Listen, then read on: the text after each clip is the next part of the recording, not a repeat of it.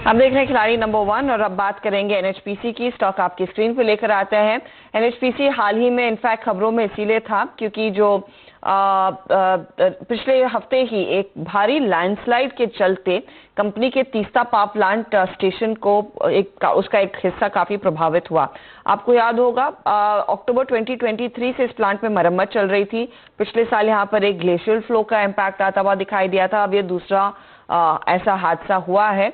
क्या इम्प्लीकेशंस है कंपनी के बिजनेस पर और आगे का आउटलुक क्या है, इस सब पर बात करने के लिए हमारे साथ कंपनी के चेयरमैन और मैनेजिंग डायरेक्टर राजकुमार चौधरी हैं। चौधरी साहब, स्वागत है आपका। ये जो लैंडस्लाइड हुआ है उसका आई एम श्योर आपके बिजनेस पर असर पड़ा है। अगर मुझे एक अंदाजा दे सकें इसका ऑपरेशंस पर रफली कितना इम्पैक्ट आया है? बेसिकली देखिए 21 अगस्त को हमारे पावर हाउस एरिया में जो हमारा बाहर का स्ट्रक्चर है, हिल के बाहर का, तो हिल टो पर बना हुआ था जीआईएस बिल्डिंग और टीआरटी आउटलेट स्ट्रक्चर। तो उसका क्या हुआ कि ऊपर से लैंडस्लाइड शुरू हुआ because of the monsoon rain. तो उसके कारण हमारा टीआरटी आउटलेट स्ट्रक्चर का, टीआरटी गेट्स का वॉइस डैमेज हो गया और जीआईएस बिल्डिंग डैमेज हो गया, जिसके चलते GIS structure, cottage yard structure, जो कि बिजली बनने के बाद उसको आगे ट्रांसमिट करने के लिए ये सब स्ट्रक्चर होते हैं, तो वो डैमेज हो गया। और हमने नेक्स्ट डे ही हम अपनी एक्सपर्ट टीम को हेड ऑफिस से फरीदाबाद से भेजा वहाँ। तो रफली सर इसका क्योंकि पहले भी इस तरह का हादसा हो चुका है अनफॉर्चुनेटली लास्ट ईयर, मुझे अंदाजा दे पाएंगे कि कब तक ऑपरेशन शुरू हो सकते हैं फिर इस प्लांट से? जैसा कि आप जानते हैं कि ये लास्ट ईयर 4 अक्टूबर को ग्लेशियर लेक आउटबर्स्ट हुआ था तीस्ता बेसिन में, लोनक लेक आउटबर्स्ट।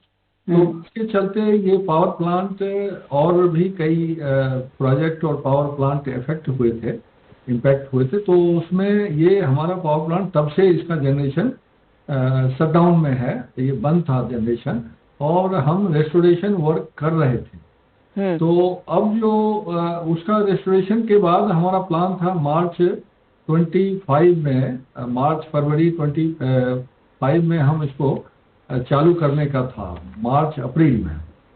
लेकिन अभी जो ये लेटेस्ट हुआ है इंसिडेंट, इसके कारण अभी हमें करीब करीब 1 साल और लग जाएगा रिस्टोर करने में उसका। तो डिले होगा, तो विच मीन्स एक प्लांट आउट ऑफ ऑपरेशन रहेगा।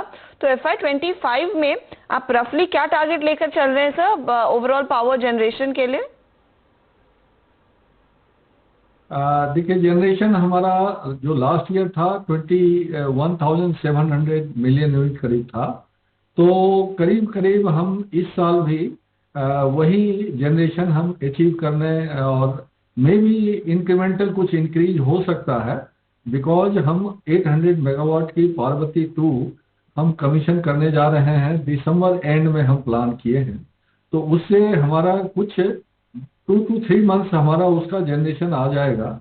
और उसके चलते हमारा 520 मेगावाट पार्वती 3 है, जिसमें कि पार्वती 2 कमीशनिंग से 1100-1200 मिलियन यूनिट हमारा जनरेशन उसका बढ़ जाएगा ईयरली। तो मे बी एक क्वार्टर का जो है सो अराउंड 300 मिलियन यूनिट उसका भी बढ़ जाएगा। लेकिन इस ईयर लास्ट ईयर से भी थोड़ा सा रेनफॉल कम है, रेनफॉल है, तो उसके चलते जो जनरेशन है थोड़ी कम हो रही है। ऑल अराउंड सबका जनरेशन कम हो रहा है हाइड्रो का।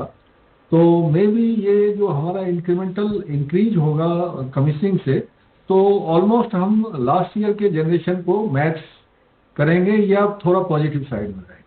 और कैपेक्स पर कितना खर्च करेंगे आप FY25 में? कैपेक्स हमारा देखिए लास्ट ईयर था हमारा 10,857 का टारगेट था, जिसमें कि हमने एक्चुअल जो है 8,652 अचीव किया।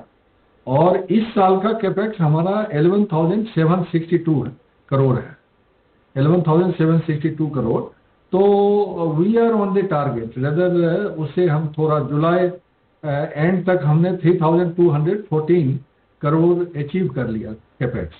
तो आप ये कह रहे थे कि Parvati power plant partly commission होगा तो वहां से जनरेशन आना शुरू होगा।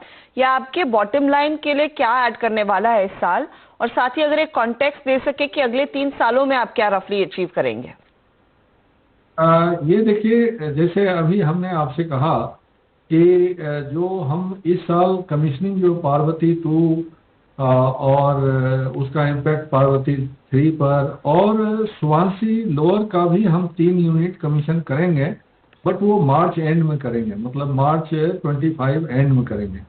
तो इन सब का बहुत सिग्निफिकेंट कंट्रीब्यूशन हमारे टॉप लाइन जो है रेवेन्यू में या जनरेशन में बहुत ज़्यादा नहीं रहेगा।